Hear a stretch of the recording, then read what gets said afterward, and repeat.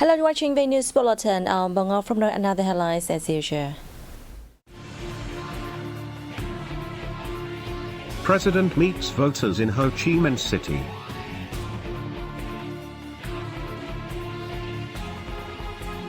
National Assembly Chairman visits Cambodia's Kampong Thom province. Vietnam hosts World Peace Council's assembly. President Nguyễn Xuân Phúc met voters in Ho Chi Minh City on November 22nd. More details in the phone report. At the meeting, voters of District 10 and Govop spoke highly of the quality of issues discussed and approved at the fourth session of the 15th National Assembly. The voters also expressed their views on hot issues such as the fight against corruption and wastefulness, health insurance, management of social networks, as well as infrastructure development in the city, among others. Talking with the voters, President Phúc said that the opinions show the people's confidence in the leadership of the party and the management of the state. He emphasized that the opinions will be paid with due attention and resolved as soon as possible. The government will continue the policy of decentralization so as to have the city further develop, the state leader added. During his stay in Cambodia to attend the 43rd General Assembly of ASEAN Inter-Parliamentary Assembly (IPA 43), National Assembly Chairman Vnews visited Kampong Thom province on November 22nd. Welcoming the Vietnamese top legislator, Deputy Governor of Kampong Thom, Nhec Ban Keng briefed the guest on the province's socio-economic development and its investment cooperation with member companies of the Vietnam Rubber Group. Appreciating the contribution of Vietnamese enterprises to local socio-economic development, the Deputy Governor expressed his wish that Vietnamese investors expand investment plans in the province. Congratulating the achievements of Kampong Thom, the Vietnamese National Assembly chairman suggested the province continue to pay attention to and create more favorable conditions for Vietnamese businesses and the Vietnamese community in the province. On the same day, the Vietnamese top legislator visited Tan Bien Rubber Processing Factory in Kampong Thom. He met with leaders of Vietnam Rubber Industry Group and its member companies in Cambodia, and Vietel Group as well as some 300 workers of the rubber companies. Minister of National Defense General Phan Van Giang attended the ASEAN Defense Ministers meeting retreat on November 22nd in Siem Reap, Cambodia, during which he stressed the need for the bloc to persist in its principles and to uphold its central role in the mechanisms it leads. Addressing the event, General Giang said that ASEAN, in cooperation with partners, has maintained consensus and solidarity and ensured that ASEAN-led mechanisms are effective and not put into agendas and goals of other countries outside the region. The bloc needs a harmonized approach in expanding its relations with partners, he stated. The Vietnamese officer added that maintaining and ensuring peace, security and stability in the region is of common concern and interest of countries. At the event, the delegation has exchanged views on maritime security challenges, including those relating to the East Sea. They emphasized the importance of maintaining peace and stability in the sea for the regional and world security. The 22nd Assembly of the World Peace Council is taking place in Hanoi and Quang Ninh Province. The opening ceremony of the Assembly was held on November 22nd. Speaking at the opening ceremony, Standing Vice Chairman of the National Assembly Chen Thanh-Mẫn said that the world's peace today is facing enormous challenges. He expressed his belief that this assembly will put forward a strategic direction and build an effective action plan of the Council. This will contribute to preventing conflicts and armed races and abolishing mass-destructive weapons, and at the same time promoting respect for the principles of international law and the Charter of the United Nations, Mẫn noted. This is the first time Vietnam has hosted an assembly of the World Peace Council, demonstrating the international solidarity, role and responsibility of Vietnam in the common peace movement of the whole mankind. At the meeting, the delegates shared their experience in promoting friendship and solidarity among nations, fight against senseless wars, and establish the conditions for real peace. On this occasion, the President of the Socialist Republic of Vietnam decided to award the Friendship Medal to a number of collectives and individuals.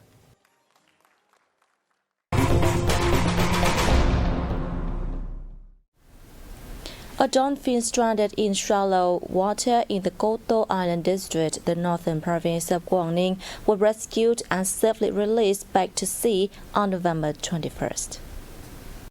Previously, on November 19th, the dolphin was seen hang around for many hours in the water near Co To port. This is the second time dolphins have appeared in this sea this year. Local authority has warned residents not to approach the dolphin to avoid frightening it.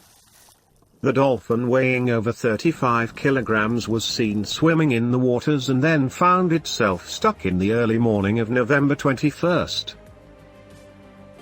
Local fishermen quickly came to the rescue, and the dolphin quickly swam away after being pushed to deeper waters.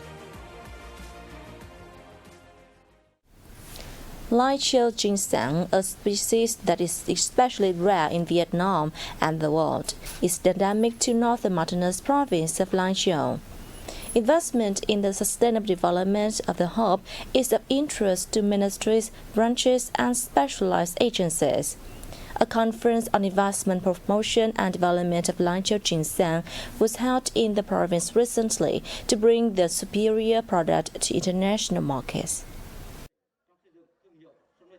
Ginseng is a typical herb in Licheo, found at a height of 1,400 to 2,200 meters above sea level. Initial research shows that it has very high saponin content of up to 21.34%. In particular, it contains a high proportion of anti-cancer active ingredients. However, to be able to penetrate markets and reach out to the world, companies involved in Licheo ginseng need support from leading countries in ginseng processing and production, such as the Republic of Korea, to be able to create competitive products and win the hearts of domestic and foreign customers. Building and developing the Licheo ginseng brand takes time. But this conference is a good opportunity to bring Licheo ginseng to the world. Our company is cooperating with the Nam Sơn Group on the Vietnamese side to develop a number of product lines to take Licheo ginseng products to the world.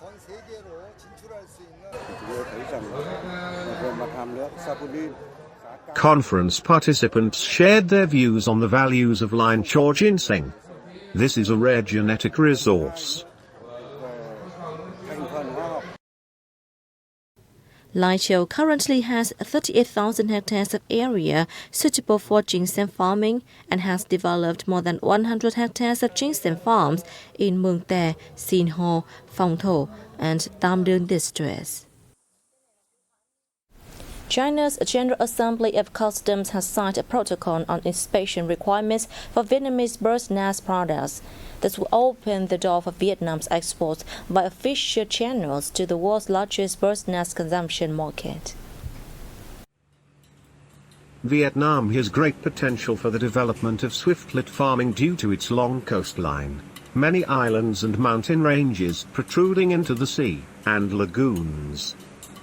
The quality of Vietnam's bird's nest products has now surpassed that of other countries in the region. The country has over 22,000 bird's nest houses, with annual output of about 120 tons, worth over $500 million USD. China is the world's largest consumer of bird's nest products, with about 300 tons a year, or 80% of global market share.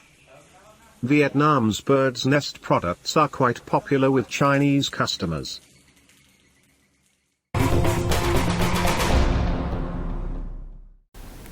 The Hanoi specialty bánh xán is among the best dishes from Vietnam that CNN travel suggests travelers try when visiting the capital, in particular of the country in general. Ban Ran, as it is called in the north of Vietnam, or Ban Cam in the south, is a familiar deep-fried sticky rice dessert that can be found at any market in Vietnam. Traditionally, Ban Ran is divided into two categories, sweet and saltine. The sweet pastry is filled with sweetened mung bean paste and fresh coconut slices. Meanwhile, the filling in the saltine pastry, which is mainly found in the north, consists of minced pork, wood ear mushrooms, dried vermicelli, carrots, and salt and pepper. The CNN list also includes tempura from Japan, jalbai from India, and churros from Spain, among others. Francois Bipon's new documentary, Once Upon a Bridge in Vietnam, aims to give viewers a taste of the country's classical music scenes and span the distance between East and West. The film was recently screened at the Center for Art Culture in Hanoi. With an education in history, prodigious skills on the piano, and a great passion for classical music, Bipon set out on the journey in his way, exploring and understanding his grandmother's hometown in Vietnam through classical music. Bipon spent his childhood filled with unforgettable stories of Vietnam. However, he had never been to Vietnam until his grandmother passed away.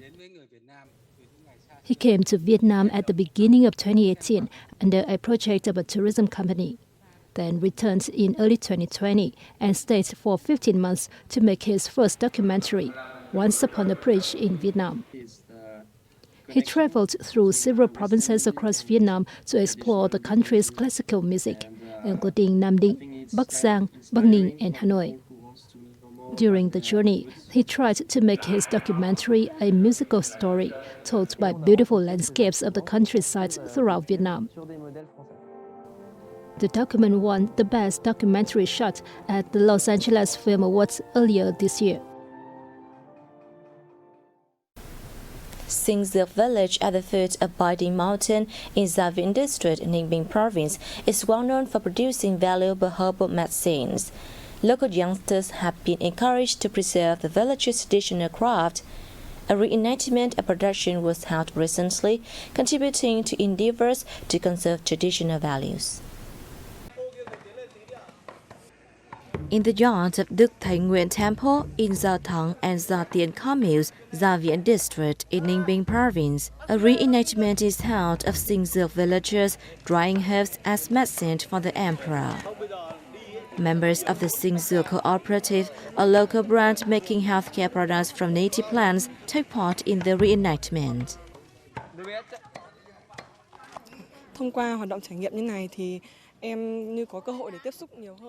Through activities like this, I can gain a deeper understanding and appreciation of traditional values.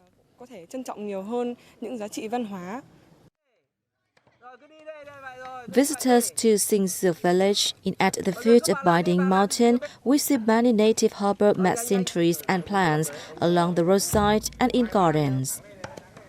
Legend has it that Zen master honorary physician Nguyễn Minh Không sought a cure for Emperor Lý Thần Tông. In the Biding mountainous area, he found many different types of medicines growing naturally throughout the area. It was named Sinh Duc, meaning a place where medicinal plants live. In the process of practicing and learning about these plants, he passed on the use of herbs and valuable remedies to the people of Sinh Duc village.